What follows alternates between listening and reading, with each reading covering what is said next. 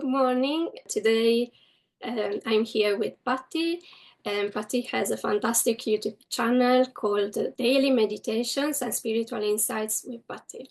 I've seen that you started your YouTube channel this year, and can you tell us about it? Sure. Thank you for asking. Thanks for having me on, Una. It's just such a pleasure to be here and to be with you too, because we don't get a chance to chat very often at all, really. So I had been wanting to do this for a couple of years, for several years, and I wanted to do something like this. And back in during the pandemic, I saw Keith Richards from the Rolling Stone. He was reading from one of his daily readings. Now, Keith Richards is an alcoholic. And when I say that, he's a recovering alcoholic and he's in AA. So what he did was he pulled out his spiritual reading for the day and read it. I'm like, I want to do that. And that was in COVID. What was that, 4 years ago? So I said, and so finally I sat down and I had this big moment in March where I realized I was off my spiritual game. I was off my spiritual practices, my spirit, everything that I was doing, and my life was going to shit. That's really the bottom line. And I was like, what the hell? And it was because I wasn't doing my spiritual practices. So I decided to start reading from my books, just like Keith Richards did. And I would choose one. So I have 6 books that I read before I start and what resonates with me. And by having this YouTube channel, it keeps me accountable, number one, and it because I don't want to ever let anybody down. So if I keep on showing up every day for myself, I'm showing up for others as well. And it helps me. And if it's helping me, it can help others too. And then I give my take on it because I've been doing this shit for a really long time, like 30 years of understanding and looking at my behaviors and my thinking. And I want to share the things that really help me in my spiritual progress and my spiritual development and share it with others. So that's why I created it. I think that's fantastic because I think the solution finders for me are the people who really find a solution. And like for you, you found something that works for you, Yes. and you are sharing it with others, and it will be faster for someone else to get there because you're sharing your experience. Absolutely. And that's what I learned. So the other part to this too that I haven't really shared, and maybe one day I will, is that I've been in a 12-step recovery, a couple of 12-step recovery programs, which is basically a free thing. And it started out with Al-Anon, which is an organization that's for friends and families of alcoholics. Like, how do you deal with those people when they're drunk or whatever? And I learned so many great life skills from going to these meetings that are all over the world. And then I also go to adult children of alcoholics and dysfunctional families because then I learn how to love myself in those things. And the spiritual practices is really about going to these meetings. And I would encourage anybody to find one. You can go to you Google and search, and it's, like I said, all over the world. And you're sitting with like-minded people who share the same kinds of problems. So basically, what I'm doing is, and I've been doing this since 1991. I've been attending these meetings from, and they're held daily, they're held weekly. You can find them online. You can go, but what's really great is that we all share the same problems, and we share our experience, we share our strength, and we share our hope. And that is one of the things that I found missing in some of the communities that I'm in, is that there isn't this foundation of how do you relate to people? How do you get over those really difficult times? So yeah, that's what I'm doing is I'm having a mini meeting, less than 6 minutes a day. Sometimes it's 10 minutes if it's a really big thing, but these things that we all deal with. And that's what I'm sharing. So thank you for letting me expound upon that a little bit. That's the kind of thing that helped me a lot because for me personally, I didn't have those kind of access. I think there's people who, for example, they grow up in a family where they go to a psychologist. It's normal to go to a psychologist. And my family was the opposite. It was like, Yeah. you have some problems, you don't tell anybody. That's exactly right. Then you start to see the problems in the family, and then you start to see that when maybe you talk about it a little bit, then you find out that other people have the same problems. And actually, I think a lot, but yeah, you have to find a way to solve them. But part of it is to talk about it as well, I think. Yeah, talking about and bringing it. And the other part to that, you're so right. It's like you're able to see the family system and your part in the family system, and how you react and how you respond and how can you change and how can you stop reacting and how can you make that more loving, because we don't come from a loving atmosphere. Typically, we don't grow up in a very loving, a lot of us. And one of the things I want to do too is just become aware of those unloving parts of us inside. And when we become aware of those unloving parts, the self-sabotaging parts, the parts that are passive aggressive, and all those things, and how can we become more aware of them, transmute them into more loving energy. And when we're more loving to the people around us, when we're more loving within ourselves, we become more loving to people around us. And when we become more loving to people around us, then people aren't reacting to us and our energy, except in a more loving way. So if we can just keep our mouths shut and stop reacting and allow people to be who they are, and not try to control and not try to fix, then our world becomes a more loving place. So the more loving we are, the more loving the world is. And it starts with our immediate world. We don't need to go out and change the world out there. We need to change what's going on right here inside of us to make it a more loving world. And that's another part to this whole thing I wanted to bring up too. All of this is about the center for me is God, whatever you define God. It's a spiritual solution. This is not a Patty solution. This is a solution where we bring in the divine to help guide us and help connect us and to become more loving, because to me the divine is more loving, is pure and indescribable compassion. And when we have access to that, then our lives become so much better. What I'm trying to bring in on the 12-step recovery program, and it's throughout the whole all of the recovery programs, is you look at that your life has become that you realize you have no control over people, places, and things, and your life has become unmanageable. And if your life has become unmanageable financially, relationship wise, you're trying to control something you shouldn't be controlling. So that's the first step. And the second step is came to believe that power greater than myself could restore me to sanity, a power greater than me. So that means there's something bigger than me, and that is God. And then made a decision to turn my will and my life over to the care of this loving God as I understand God. So those are the first three steps. And that's where I spend a lot of time. And the steps go through 12. But my whole thing for me is I can't control this person. I can't control this thing. My life is unmanageable. I've messed it up, as Russell Brand would say, and then realize that there's another power greater than me that can restore me to sanity. That means I've been insane, right? And then the third step is turn my will and my life over to the care of God as I understand God. So that is the first three steps of the 12 steps. And that is the basis and the foundation of my living my life.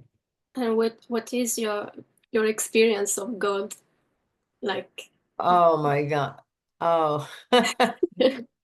So first of all, God is not for me a person in the sky.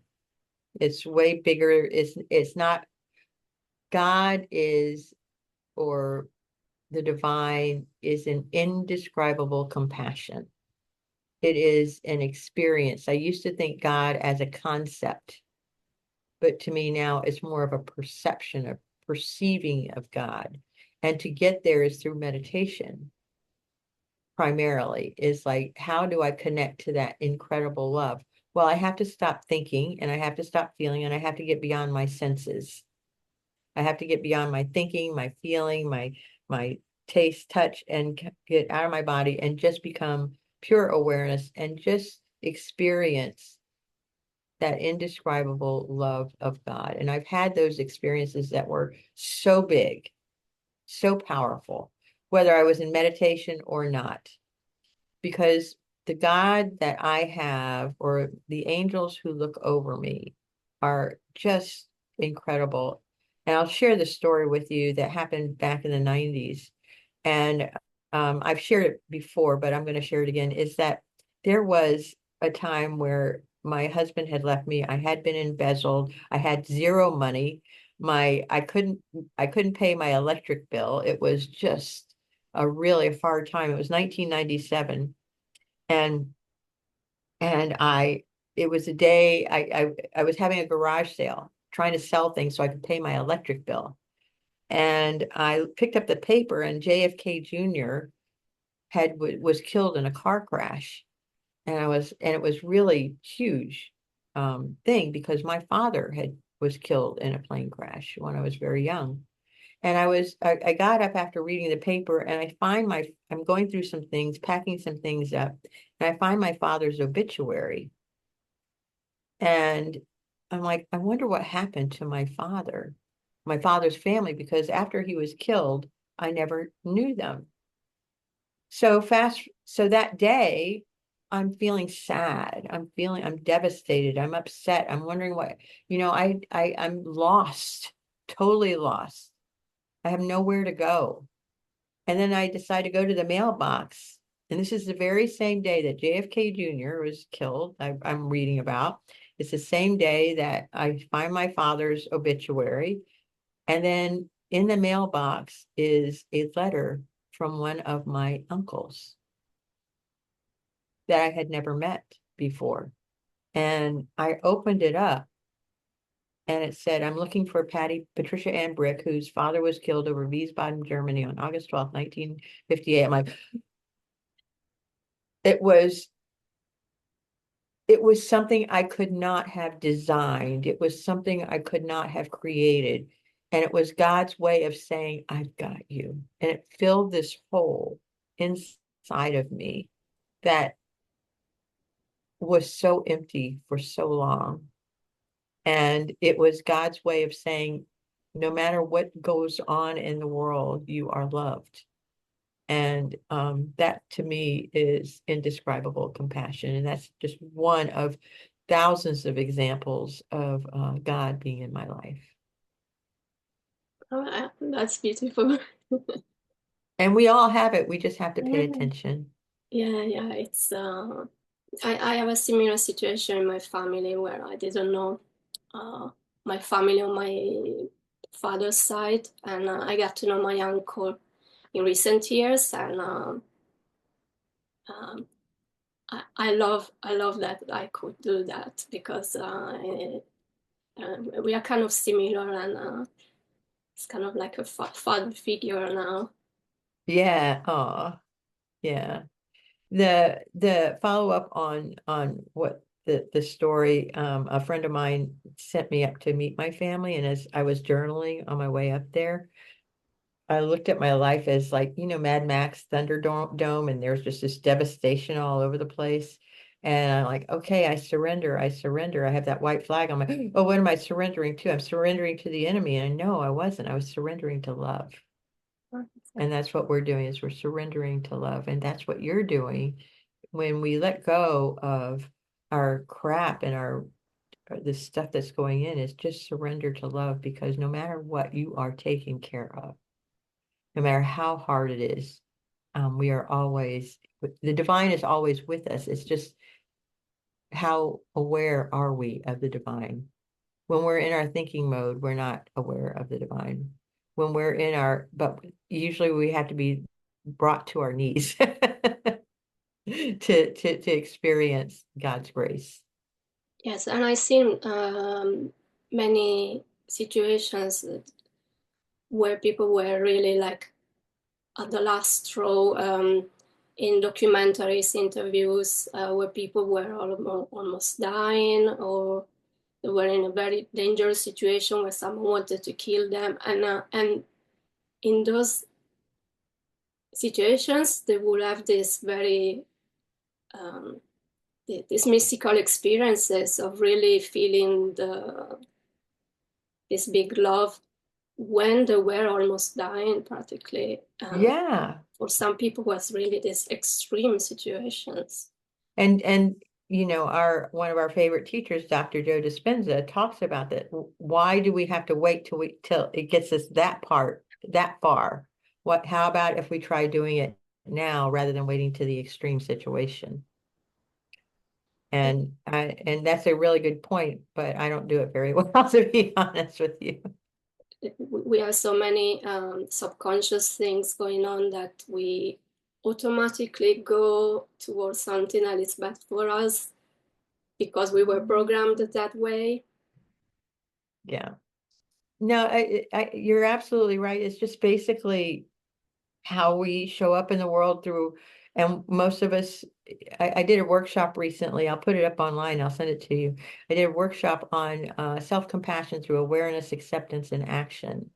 And part of that self-compassion is being aware of those subconscious thoughts. And I had a picture of an iceberg, and 95% of our, life is underneath that iceberg that we're not aware of, our subconscious and unconscious thoughts. And that's how we show up in the world. And so the idea is to allow the divine to come through us. And for me, it's allow the divine to come through us and not work from our old patterns, but allow for the new patterns to come in. So that's kind of where I'm at today. I'm a work in progress, just like you, Una, Yeah, always. yeah, it's a work in progress. It's a kind of like I find it I find the challenge good now, like in a sense. Before I would be in desperation for a while, and now I'm more like, okay. So, like, if we go to step 3 of the 12 steps, which is kind of what we're talking about here, if I wake up every morning and say, okay, God, what do you want me to do today? And I I've had this experience so many times. What do you want me to do? And I would I look at God as my invisible friend and just constantly talk to God, even though I'm not.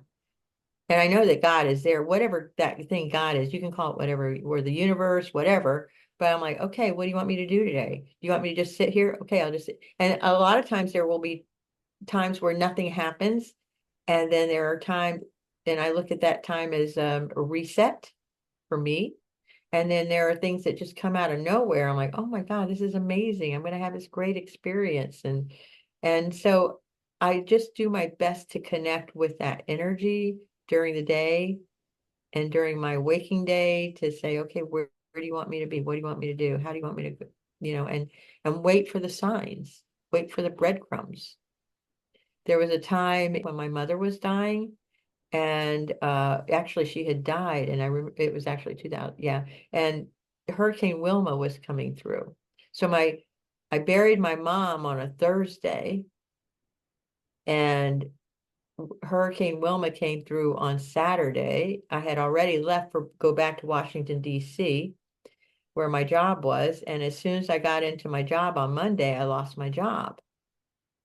And so it was like one big thing after another, right? I mean, massive. And so when I got the pink slip, when my boss said, well, it's time for you to look for another job, I just said, okay, God, where do you want me to go?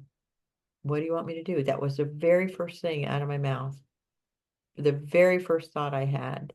And then I said, and so I start interviewing at these jobs in DC. And this one guy was chasing me. This one recruiter was chasing me. He's like, okay, I really want you to go work at the National Institutes of Health.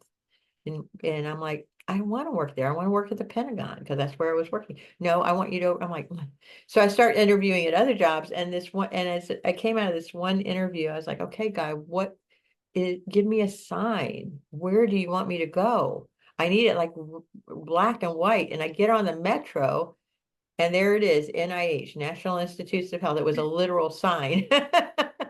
So that's kind of how I live my life. Give me a sign, show me, make it so clear that I can't miss it. And then I ended up being a program manager of a $50 million project where we were the ISP, the Internet Service Provider for all of the nation's biomedical research center. I didn't arrange that either, so that's what I'm talking about when I say look for the signs, follow the breadcrumbs, ask God every day, every moment of the day, where do you want me? And let me take my ego out of it and just trust the process. And that's really hard for people to do. It's a skill. It's a practice. That reminds me, I think it was 2017. And at that point, I had two children who were small. And the small one was like just a few months old. And I went back to work because I did what my mom did. Like she said, I went back to work when you were 6 months old. So that's what I did for both my children. And I did like my job. It was like a video editor, and I did like it. Well, I like the video editing part. I didn't really like the office politics stuff like that.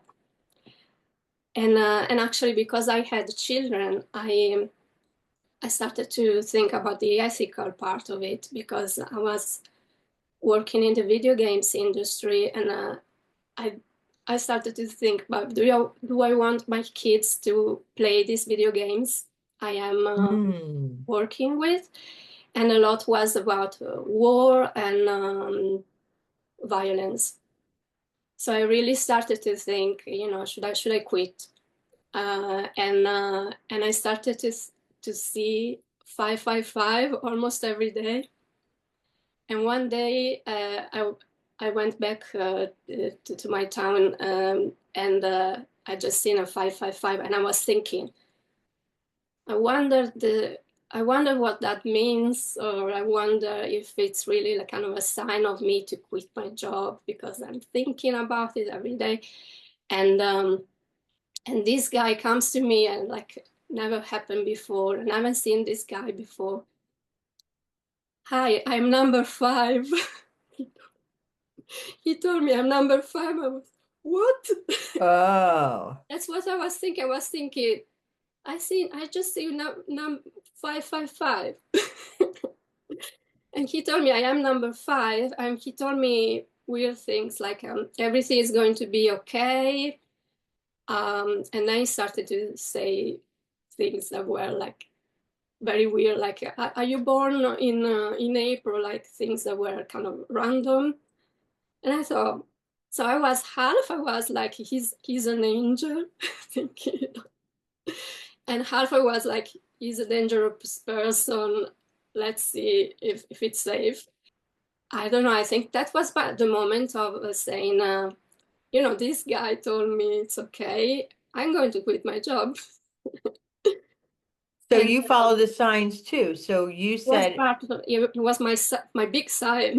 yeah, because here you were in a job, you were trying to support your family, and you're in a job that you really don't like, and then you're realizing that you wouldn't want your kids to watch these videos, and you needed a sign. So all of a sudden you see 555, and then you run into a guy who talks about five, and you're like, that's my sign. Yeah.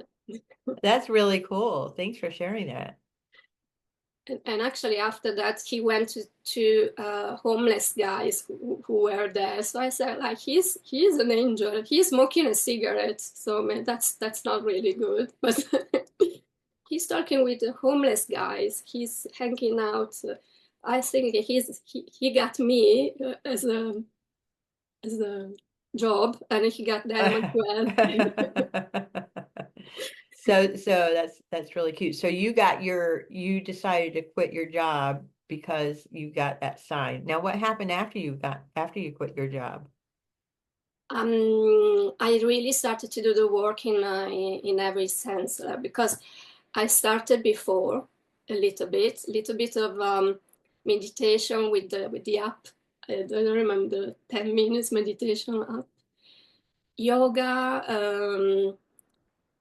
what else I was doing? I was reading Deepak Chopra's books. Yeah, I was starting to, because before that I was addicted to video games. I was playing video games on my commute to work. I was working in a video games company. Initially I was testing video games, and that's like an 8 hours job where you play video games all day. So I was I was really in the unconscious life of I do what I'm told, and maybe this is what is supposed to be. And when I had my children, I started to question everything. From maternity leave, because you have lots of time to think. And then so thinking about, is it something I want them to play? Is it something I want them to see? And actually it was a lot more profound as well, because that was the beginning of me realizing that there was trauma from when I was small. And there was this episode that my mom told me, but I didn't have any recall. And it was that there was a terrorist bomb in the city where we were living. And we were like 5 minutes from there when it went off. So we witnessed the bomb, and I was 2 years old, and I don't remember any of it. And it was like, when Dr. Joe Dispenza says, when you talk about your previous lives, and you're like, yeah, they told me I was the cousin of Cleopatra or something. Yeah. Like you boast a little bit about that story and that trauma you had from that life. For me, it was that kind of thing. It was like, do you know that I was around that big explosion when I was 2 years old? Because I didn't have any recall of it. Right. It really affected all of my life. I was in hiding from that point on, because it was the survival reaction of a freeze and hide. So I would have that reaction many times after that. And it took me from 2017, what I did all the psyche courses. They are this modality to change subconscious beliefs.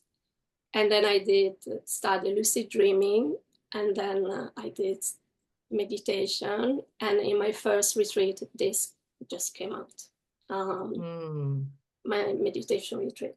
This I really realized, okay, there was trauma from that, and it was this mystical experience of feeling that terror, because it was terror, and that bomb killed 85 people. So it was like the biggest terrorist attack in Italy, and it was internal thing, Italians on Italians. It was, but yeah, when you have trauma, you don't know about it at all, and then it comes out little by little, and that's the signs, the breadcrumbs to go there. And that was related to those video games, because one thing that really triggered me at work, and a video I had to work on, there was a trailer for a new video games, and there was and it was 3D animation, and I love it normally, and I love that one because it looked very good. And it was this mountain. You could see this mountain with beautiful music, and there's like a rain on the mountain, and then it goes nearer, and that rain is bodies. And the game was about a war between different planets. So there's like different types of aliens, and there's humans as well.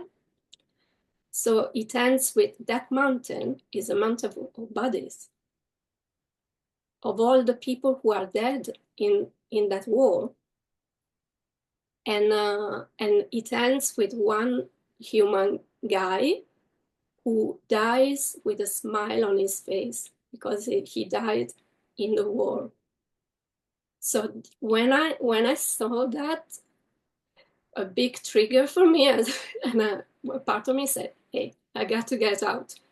I can't stay in this kind of job." This is the same as those terrorists in the sense of advertising that war is good, that dying, killing other people is good. So that was in my job, and I was, you know. And another thing Yeah. that, and it was completely subconscious. I didn't, because I didn't recall anything. And another thing was that was video editing, some kind of mix of all the video games we were doing, and I ended it up with, it was really something for adults, 18 plus. So I ended it up with they wanted to end it up with a bang all the time. So lots of these videos will end with an explosion. But I had some kind of subconscious repulsion for that because I was traumatized by an explosion. So I ended it up with someone like cutting the head of someone else. That's one of the footage they gave me. So there was a head rolling. Oh my That's God. my first version was the head rolling. That was less traumatizing than the explosion. And my boss told me, "Oof, that's too much. Change it. Put the explosion instead." And I put the explosion instead. And then I thought, yeah. When I had my kids, I said, "Hey, that's not it. What are we teaching to these kids who play the video game, really?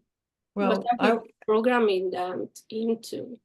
oh, you're so right. And I just want to go back to something about the correlation between, and it's just so fascinating to me, your correlation between the trauma of something that you don't remember because you were pre-verbal, an explosion, you were near an explosion at 2 years old, and then fast forward however many years, decades, and you are still you are actually in a simulation of the same thing. So you're repeating this pattern, and you are actually in a situation where you are repeating the pattern of being in an explosion and you're not even aware of it. And so you're constantly being re-traumatized by being inside that pattern to the extent of the horror of it all. And then there's something inside of you that says, "Whoa, no, I shouldn't be doing this." Is like and it's so fascinating to me because it's a pattern that we all have, that if we have a trauma from a very young age and how it shows up so weirdly, but so perfectly matching that decades later. And I've done it myself in my own trauma, how I show up in relationships or in work or whatever based on that original trauma. Mine is abandonment, and how I will continue being in that pattern, and to be able to find that pattern, become aware of it, takes not even knowing you're there. That's what you did, but you were also able to see it in a different way, and that it isn't loving to us. It isn't a place for us to be. And oh, by the way, you're participating in it by showing up every day, and you're seeing, I don't want to be this way. I don't want people or kids to be exposed to this. And I want to have a more loving world. And that's what you did. And you should be really proud of yourself for being able to see that and show up differently and create a new pattern for your children. So kudos to you, really. That's amazing. Yeah, it's yeah, and I got other signs as well, or like really about terror, like the word terror going to in the months before that retreat, the word terror just came out from someone offered me a session of a modality, and they went to their charts. There is terror from your great grandfather, a pattern of terror. My son having night terrors. Mm, That was scary to watch. yeah, and yeah, uh, and yeah, and that's the thing. It's kind of generational. If one generation doesn't fix it, the next one gets it as well. yeah. And Una, to be honest with you, because of the terror I experienced growing up, I it, it's an it came from generations, of course, right? And it impacts our nervous system in a way where, for me, I'm like really noticing it. And that my triggers, how easily, it's that PTSD, the post-traumatic stress disorder, and how I show up. And to be able to, that's, I think, one of the reasons why we love Dr. Joe meditation so much is it shows us we can start learning how to release it, how to uncover it, and calm our nervous system down. Remember, we used to have these challenge activities where we would be up, 37 stories and rappel off of buildings or walk across these really scary things. And what he was teaching us to do was to calm our bodies down when we catch ourselves in those moments.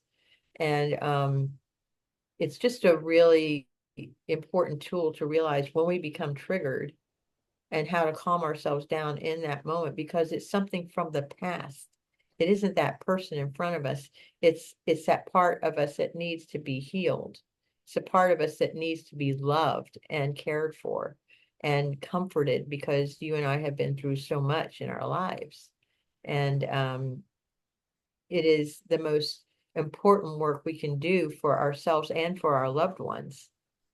So instead of reacting to the situation in front of us as if it were a bomb going off and you're in survival mode, how do we love that part of ourselves in that moment to love ourselves? I hope that makes sense. Yeah. Yeah, I think meditation helped me so much with starting to be aware of things, um, to know myself, um, the real person, because like you were saying about post-traumatic stress disorder, is that like doing my research is like I researched into the freeze mode, freeze and hide, because like what I understand now is that fight and flight is like the most famous one, and everybody talks about that, but actually it's kind of the opposite of the hide, the freeze and hide. So the fight or flight, you get like your hands become warm, your feet, and you are ready to move. But actually hide, you are the opposite. You cannot go like in hibernation. You freeze, and I really like you can have cold hands as well. And I yes, I was just, I'm sorry, I have just recently, like in the last 6 months or so, discovered that part, the hide and freeze. And I can go there very easily, especially when I'm traumatized. And or I have that experience that reminds me unconsciously of those. And it's a very real, it's a very real response. And it is so deep. And the more I do my work, the more I go into it, I really see things. It's like you uncover a layer and you go, oh, I feel love. I got this. I got this. And then there's another layer underneath that. And then you've got to like love that and work through that. And so now I'm at the freeze layer. And it is like, wow, it is so big. And it's part of our, I think for me, the longer I do my work, the more deeper I go into my spiritual work, the more I uncover. And that is where I'm at right now, uncovering this freeze response and what do you do with it? And this is like the core wound, right? To me, it's like when you talk about your explosion at 2, even though it was pre-verbal, it's still within your nervous system. And you still react from that occasionally when it's something big, and I just applaud anybody who does this work, because we can just continue reacting like this unconsciously, or we can start getting down and doing the work of the trauma work that's involved with this. yeah. A part of it is like in a sense we stay in our life because we think we cannot change it, and Mhm. Like, for example, the people around me would say, "You're shy. Um, that's your personality." Uh, so if you're very shy, it's okay if someone wants to put you in front of a camera that you don't want to do it, things like that. But actually, that was the hide response for me, and that was the very interesting thing, is that I have photos, and my mom was the photographer of my life, where like lots of the photos she took, I understand things from those. And I had these photos of before that bomb, where I am laughing out loud, where I am telling a story on the beach, telling a story to another family, like not people I know, people I met on the beach. I'm there standing, and there's the public around me. I'm telling a story. And and then another photo, fast forward a couple of years, where I look scared and I have glasses on. And I really I remember I went to that retreat where that big awareness came out, and even like going out of the survival mode, going out of that hiding mode, there was a big event there, and then I could be on camera and I could talk, Mm. um, and but I was like this. I was this more of like I am now before the bomb. Those photos show that. And I Mm. was like joyous, and I would be okay being center of attention and telling a story to people. Yeah, And it's the bomb that changed me, and maybe other things that happen as well. those things do change you. Yeah. And I have come to know is that those experiences, I'm pretty clear about this. It reminds us in a way, if we keep following the breadcrumbs, that to go to God, to go to that indescribable compassion, that those experiences were given to us for our connection to finding our connection back to that indescribable compassion. That's where I am right now. And there are so many of us in this world. There's 7.8 billion or however many billions of people in the world who are doing their very best to survive. And what we want to do is get out of our survival mode and find that way to connection, to restore us to sanity, to restore us to this love that has always been with us and will always be with us. One of my other teachers, Sadhguru, he says, we are not our body and we are not our mind. So if we're not our body and we're not our mind, who are we? And that's where it's our awareness. We're plopped into this body, and whatever we're thinking is not who we are. And it's really important for me, and I think for everybody, if you are out of survival mode, just to realize and connect with your awareness that we are always, always taken care of, and to move through the trauma to be okay with where we are. A thing that came to mind is, do you think that in some way we decided to have these experiences, like as a soul for Yes. the life?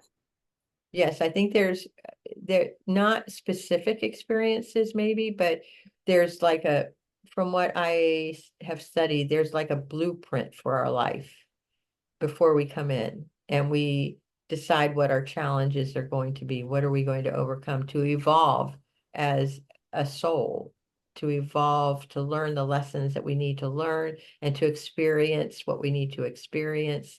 And I'm just a baby in this. I don't know a lot.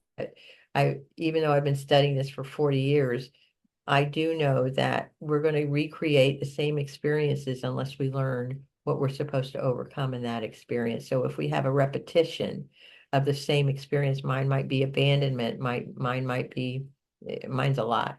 and then be able to look at it and say, oh, I don't need to be doing this anymore, and find a way to change the pattern.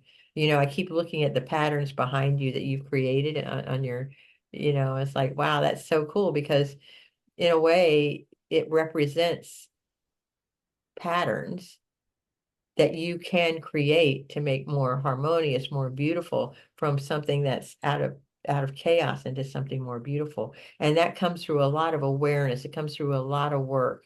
It comes through a lot of techniques. But what I will continue to say until the day I die is that our connection to God is the secret, is the source, is the way through. I know a lot of people, and you probably do too, who go through, they go through do ayahuasca, they do plant ceremonies, they do all these different things. They find out the latest cool tool to try to find whatever it is to make them well again. But there isn't one thing. There isn't, like, if you go from thing to thing to thing, hoping to get cured, that's not it. You know, when I was one of the things I heard Dr. Joe say one time is, not Dr. Joe, but in the Heal documentary, one of the doctors says, the word for healing, the Germanic word for healing is wholeness. And that's what we're going for, is wholeness. And to do that is our connection through God. You don't need to go through all of these different places and things to get that wholeness. You can just sit and meditate. You can just work at allowing that indescribable compassion to come to you. I'm just saying that from somebody who's spent hundreds of thousands of dollars on therapy and every other thing, in life, and retreats, and to realize that I don't have to do any of that shit. I just have to connect through meditation, or just ask God to help me. And that's as simple as it can get. But yeah, but for me, I remember feeling the whole. Actually, I had an experience. It was and then talking about with the lucid dreaming teacher. They call that clear light in the Tibetan Buddhism. And so this is what happened to me. I went to the supermarket with my partner at the time and my small son, and I was pregnant with my second son. Then I just started to feel bad. I started to feel nausea, and I was hot, so I took out off my coat and I fainted. Mm, And that's the only time I fainted, because that actually I had a fear of fainting, and so another time I almost fainted, but I kind of I didn't faint it because I stopped a moment and I didn't faint it. That time I just fainted, but that moment was like I was feeling very bad, nausea, hot, very bad, and um, and then suddenly, everything was black. There was music. It was just music, and I was feeling well. And then I open my eyes, and I am on the floor, and there's a guy I don't know looking at me, and I'm back to my life. Now I start crying. I say, "Oh my God, what I'm doing on the floor?" They catch me, so nothing bad for the baby. They catch me when I was falling down, like my mm, partner catch me. But and I was like, and the music. I heard this music, and he said, but there was no music in the supermarket. mm. And and so yeah, I went to this meeting of lucid dreaming, and someone talked about something similar, but in a lucid dream. I said that happened when I fainted, and it was kind of that, like the wholeness, everything Hmm. is okay. Yes. Yeah. Yeah, that wholeness. Everything is okay. And I think it's not like there was in some way there was the soul of my baby at the same time, because it was the Mm, pregnancy. I think it hmm. was the moment to have that experience, probably, and to start to think, oh, maybe I have to look into other things that is not the video games. Yeah, at that point. Yeah. And what are your practices, like spiritual practices? You talk about it in your videos, but I like one of them. The first thing in the morning, I wake up, and so I do these yoga practices, sadhanas. And after that, I read my books, my spiritual books.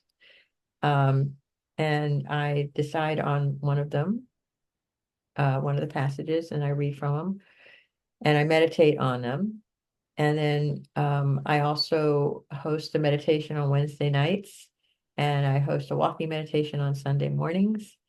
And so I depending on the day, but mostly it's yoga, meditation, reading, and then going to these 12-step meetings or my spiritual practices.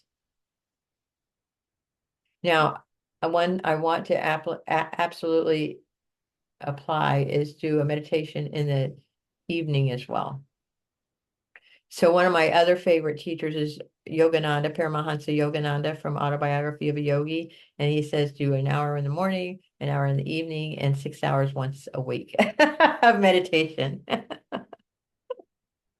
So we could go to a Dr. Joe retreat every week and have a pineal gland meditation. Yeah. I've attended over 30 Dr. Joe retreats, mostly as a volunteer. And I noticed that it was more about my ego rather than, serving. And not just about that, but I was going to go get that fix, getting that high. And I love it more than anything I've ever done in the world. And what I really need to do is I really need to connect with I want to have that same experience without having to go to an event. And one of the things I found, and it happens to a lot of people, as you go to an event, you get this high, it's oh so wonderful and exciting. And then you come home and you're like, now what? And that's another reason why I started the channel, is because I want to help people when they come back, when they get depressed and they fall off their game. It isn't because they are wrong, it's because they need a foundation. And that's part of the reason why I'm doing what I'm doing, is they need that spiritual foundation, a scaffolding to help them in that. I won't be doing any retreats in the near future because I'm really focusing on my own personal growth and growing my own practice, and without needing an external way of doing it, but doing it through myself. Yeah, that's good. Actually, that was my intention after my last retreat. My last retreat was very good, and it was very triggering. Uh, And like the thing I saw at the end of it was like, well, let's get to work. It's let's something, actually do the work. Yeah. yeah, something similar to what, let's change this other the the whole other part of my life into something I really love. Yeah. And so what was your first retreat and what was your last retreat? My first one was Malta in end 2019, Okay. and that was before COVID. So there was Yes. those challenges. And my last one was London, Oh. 2022. And where did and we met what at which retreat? I think we met in Marco Island. Okay. And actually, that was a big, like for me, going to the retreats was challenge as well. I was stretching myself because Malta was when my kids were small, so it was like, could I stay 1 week away from my kids? Hmm. And so I decided to do it. And it was comfortable because it was kind of 3 hours flight, and Malta is familiar to me on both sides because I'm from Italy. It's kind of similar to Italy. Actually, the language is similar to Italian, but it was British. So like there's like the red post boxes like in Britain, and that's where I live. So it was a very familiar place. And it looks like Sardinia as well. That's where my Mm. family is from. So it's kind of that kind of landscape. That is beautiful, beautiful place. Mm. And then I went to I went to Cancun. When I went to Cancun for the first time, it was a big challenge because it was my first time outside of Europe. And I was invited to a wedding in the United States a few years ago, and I didn't go. And that was part of my fears. I realized when I went to Cancun, I realized, okay, I didn't go out of Europe before because I had a fear of that, because I was sabotaging myself. So when I went to Cancun, actually, I had like almost like a panic attack at the airport. I was like, Yeah. but I overcame that. And then the other overcoming was going to United States as well, because I think I had a lot of programming from TV that is not really safe place. Something like that. I was watching all the, my Miami Vice and yeah, Dexter as well. So like that's like for me, Florida, that Miami was that for me, was Dexter and Miami Vice. See how twisted that is. That's making up a story about things you don't know, huh? Yeah, and then I arrived there and I said, oh my God, everybody's nice. There's no guns, there's no drugs. Well, at least, I'm not That you exposed to saw, yeah. So tell me what the biggest thing you got out of your work with Dr. Joe. What was the number one thing that you got out of that you're applying in your life that made a huge difference in your life? I would say it's going out of survival and Mhm. having the tools of staying out, and the awareness. Okay, I'm in survival now. How can I come out of it? And at the beginning, it was because I was doing psyche, that was to change my subconscious beliefs. And at the beginning, I read the first thing I did when I started to I got to know about Dr. Joe was reading Breaking the Habit of Being Yourself, and really the awareness of saying, okay, I am addicted to emotions, and working on that, and working on changing the emotions I was addicted to. There was like a guilt and shame and terror really changed, and really, and the concept as well that you can change, because I had it told by everybody, nobody can change, everything stays the same. And so actually, like my personal practice, I do meditate morning and evening, and sometimes I wake up at night and I meditate at night. If I am waking up in the middle of the night, I do meditate. So it's actually that's the thing. If I miss a day, I can feel the difference. I can feel that I'm more in survival on that day. Mm. And really, like even the techniques to go back, like just focusing on my heart, breathing into my heart. When I know that I am in survival, to come out of it, it's one of the tools, because then the other tools are, you see, like doing my art, that relax me a lot, and I get the inspiration from my art from the meditations often, and that's I love I that. can I can see it. I can see it. Yeah, that's practically like what happens for me. Like that's my representation. What happens in the blessing of the energy centers? It's like the Mm. 8 energy centers aligned, and it looks a little bit like a ladder, like a Jacob's Yeah. ladder. Yeah. It kind of reminds me of the spine, the one over in the back there. Yeah, and actually the spine is more this spine. Yeah. Yeah. Yeah. So Yeah. Yeah. I see that with you. You got your little crown chakra up there yes, above it. yeah. So The that's ta. because of the size of the sizes. I did just 5 in each. They are not all Hmm. 8. There are 5. Hmm. Hmm. 5 colors. Here it's all the 8 colors, Hmm. and I'm sorry, like it's like a mirror. Isn't So, it? Yeah. and this one is the waves build harmony, and so there's all these waves that are like people, Hmm. and they are putting them together. Oh, nice. They are aligning them. So it's kind of, I guess yeah, actually I'm going to do a t-shirt, I think, of this is aligning. Oh, They are in the nice. process of aligning. And it's aligned, that's done.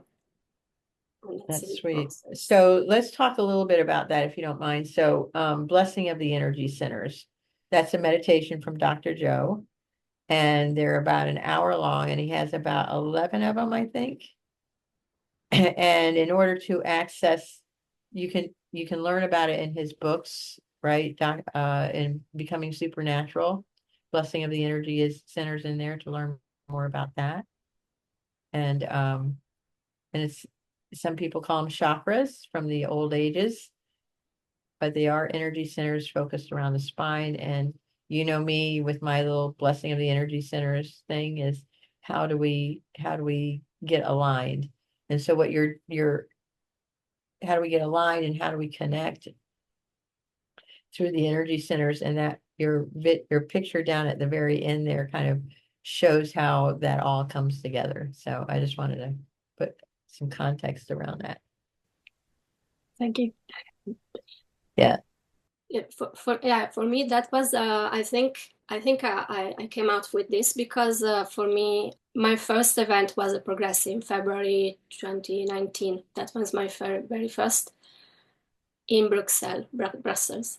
And actually, I think like other people in the work, at the beginning, I tried the blessing of the energy centers from internet, and it was told by someone else with kind of a soothing voice.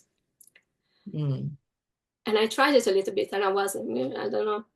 Uh, and uh, and then I went to the progressive workshop, and I did for the first time the blessing of the energy centers live, and I was just into it, like I was like a pendulum. I was kind of doing movements like that.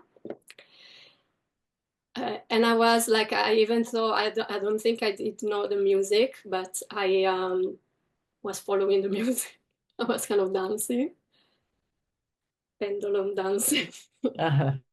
And I think that's why I did the artwork after that. Like, that's something that really, I don't know, I got the inspiration from that.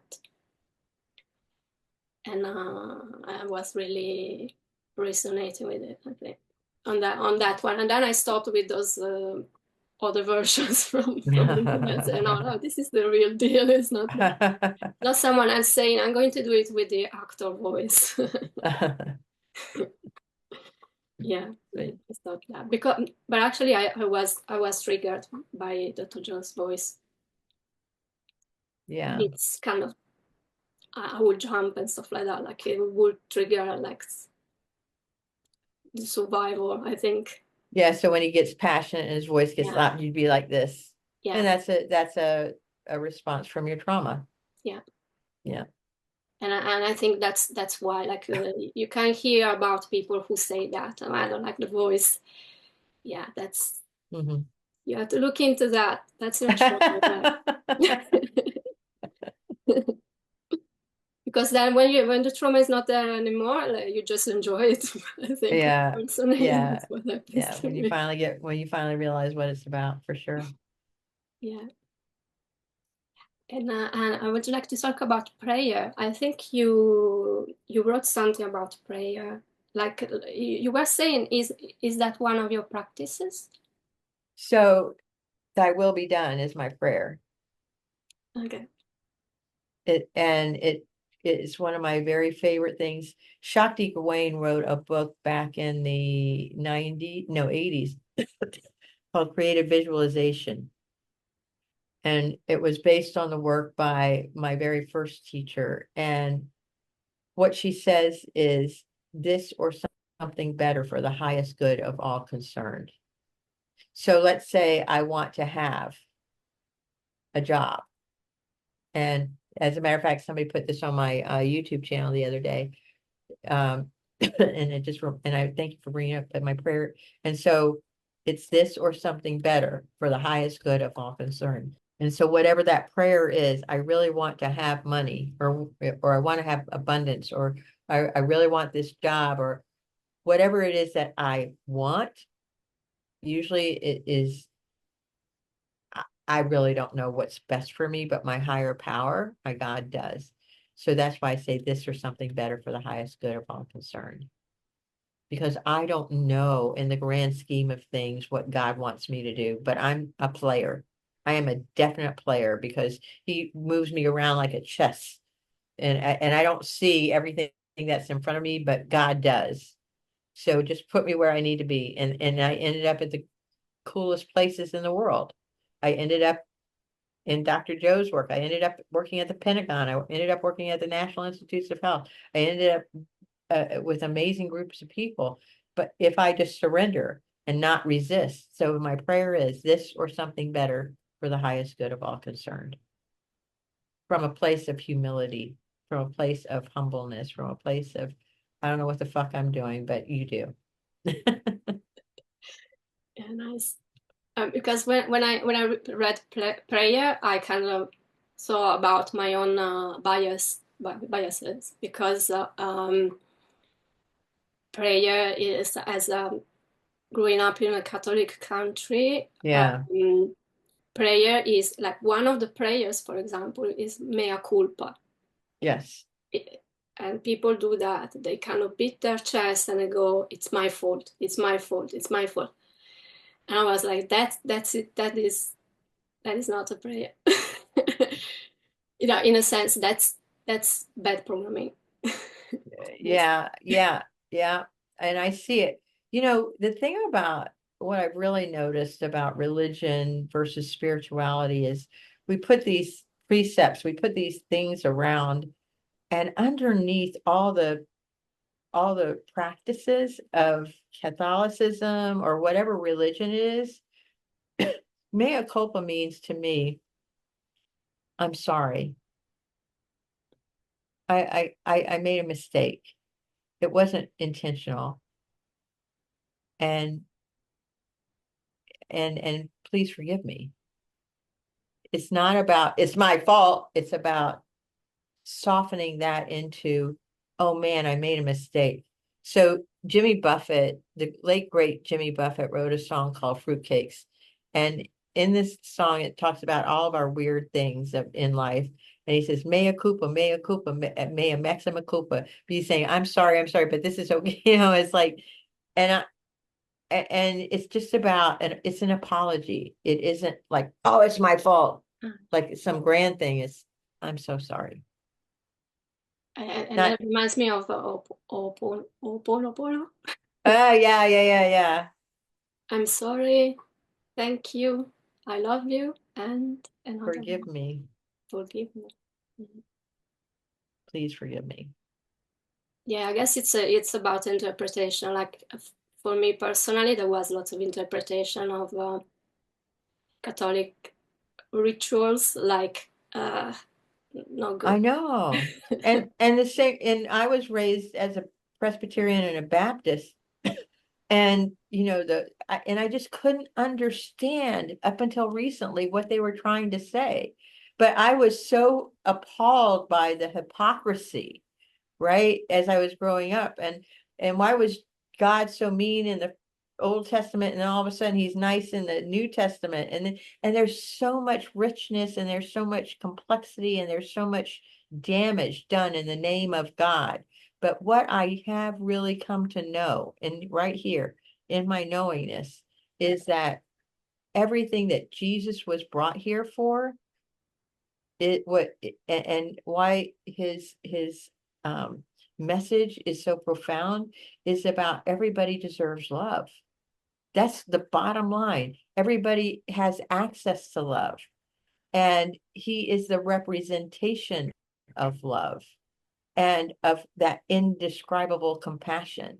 And if we can tune into that indescribable compassion, we don't need the scriptures.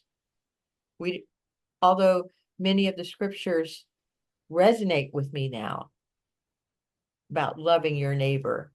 about healing the sick, about being okay with everybody who they are. It's not easy for us humans to do that, but that's what Jesus is really calling us all to do underneath all the bullshit of religion. And so if I can get away from my biases like you and really stay with the love underneath of it all, that's where the beauty is in Jesus and God and all the Christian teachings, as well as the Hindu teachings, as well as the Buddhist teachings. They all are saying the same thing. It's all about love. Yeah, and yeah, and that's the other thing I learned recently is that if I continue on the pattern I am in, when I am aware of it, because if I'm not aware, I just do it. Yes, right. Yeah. So if I, for example, find out that I am complaining about something, okay, so if I want to change it, I have to stop complaining and I have to find the good.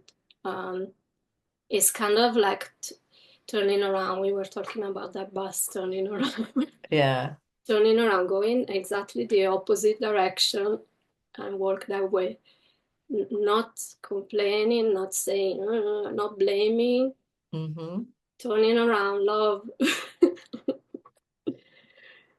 Yeah, Yeah. and actually, that compassion for me, that was the experience of my meditation, where I realized that I had the trauma with the terrorism was that, like, for me, I felt this big terror, and it was like everything was black, because like I think there was no memory, but there was the memory in the body, and during that week, and actually I felt it now as well, as the reaction was a lot like a contraction of the back, contraction of the muscles in the back.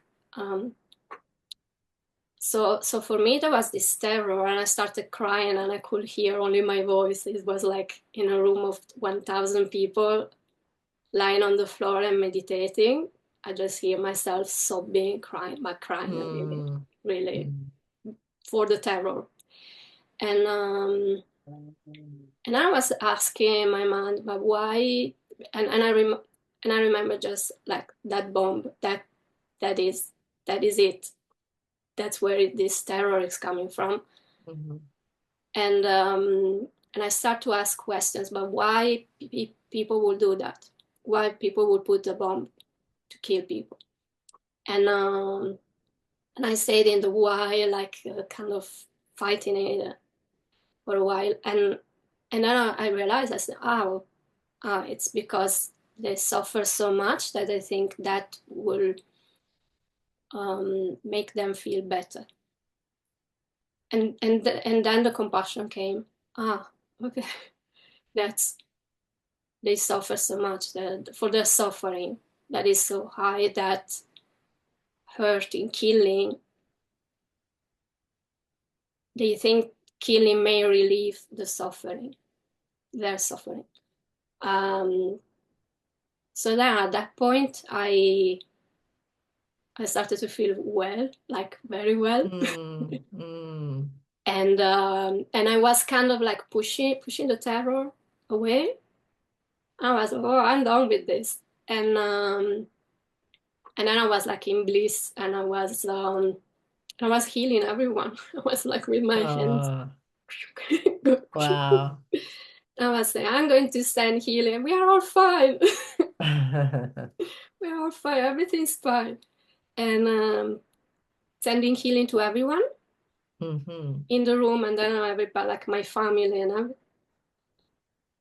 then I was finished. Oh, wow. That's a beautiful story because, it reminds me of like this saying I read years ago, hurt people hurt people. Yeah. So if somebody is hurt and they're dropping a bomb on somebody, it's because they're hurt, and that's what Jesus was telling us about turning the other cheek, like allowing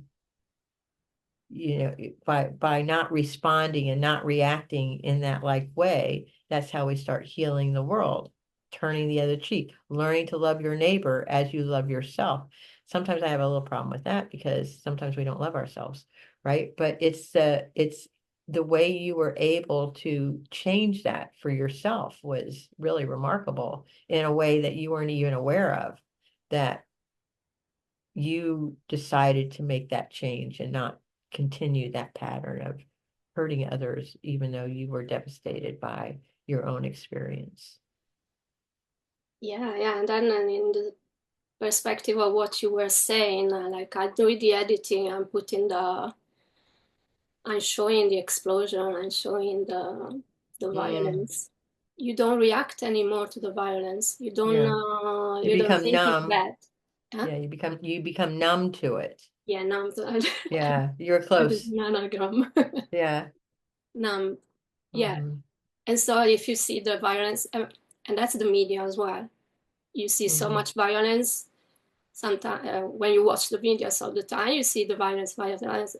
And I said, oh, okay, it's nothing. Uh, it's kind of your reaction in Yeah, the it end. is. But on the other side, it's video games are very interesting because it can be like watching things from the soul point of view, in the sense that you are just a character. Like your life now, it's a It character. is. Yeah. It's just one life. You can kind of respawn into another one Yeah. Yeah. with the different Avatars. avatar. I wanted to know about. I seen a dog in one of your. So I live in South Florida, and I once a month I go up to see my family in North Florida, which is in the woods. And my cousin has two dogs, and when I visit him, I do the videos outside. So the dog just, his name is Otis, and he came up to visit me while I was doing my recording. Nice. I like those videos. Near the trees, and you did one on the beach as well. Yes, I did. Yeah. You like those? Maybe I'll do some more on the outside then. Yeah, and but I like in your Facebook, you put some nice photos of the beach as well. It's nice to see that when I don't live on the beach, so it's That's what I do it for. I do it for you so other people can experience it because I love experiencing it. I want to share that loving experience with you. Okay. Well, thank you very much. Yeah. Thank you for the conversation. Oh, thanks for having me. It's been really lovely and connecting with you on this way, in this way. And yeah, so I have my video to record for today at Mornings with Patty, and I'm just going to keep on doing it. I've been doing it since the end of March. So I have like 160 videos or so that I've done every single day, and I'm really happy with the work that I'm doing. So thank you for allowing me to share it, and thanks for watching it every day. And I'm glad it's helping you. Sometimes it's really like spot on to like Isn't it though? yeah. And I get some that a lot, which is really funny. yeah, no, I think it's and maybe you know that thing of looking for the signs. You are giving signs to people. Me as well. Well, I feel really committed to the work. I'm really committed to this. And it's just been something I've been wanting to do, like I said, for long and so long. And then hearing the feedback I get, which is like, it's not just the feedback, but it's just my commitment. And that's what it takes for growth for everybody is how committed are you to doing what you need to do to evolve? And we never get to that place, that perfect place. Well, some of us do. It's not me yet, but they call that self-realization in the yogic tradition. And to get to self-realization takes a lot of work and meditation and practice. But until then, until we get to that part, we're always evolving and finding those different ways to become more loving so that we can have a more loving world. And I so appreciate you asking me to help love you and help build your business and help uh, support you and people throughout the world who want just to have more love and compassion in their lives and more serenity. So thank you. Uh, thank you.